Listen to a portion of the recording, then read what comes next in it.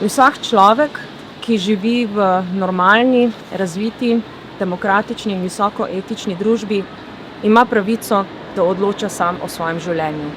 Spoštovane državljanke in državljani, ne dovolite, da bi vam to pravico jemale politične stranke, da bi vam to pravico jemale institucije ali da bi vam tam s koncev to pravico jemal Aleš Primc in njemu podobni, ki vas razglašajo za kriminalce, ki bi to pravico zlorabljali.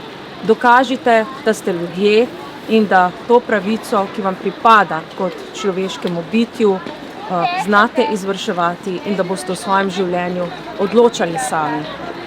Pojdite na referendum in glasujte za, tudi če te pravice ne boste nikoli uveljavili. Ne boste pa odrekli drugim in s tem boste pokazali najvišje spoštovanje tako človeškemu življenju kot človeški svobodi in človeškemu dostojanstvu.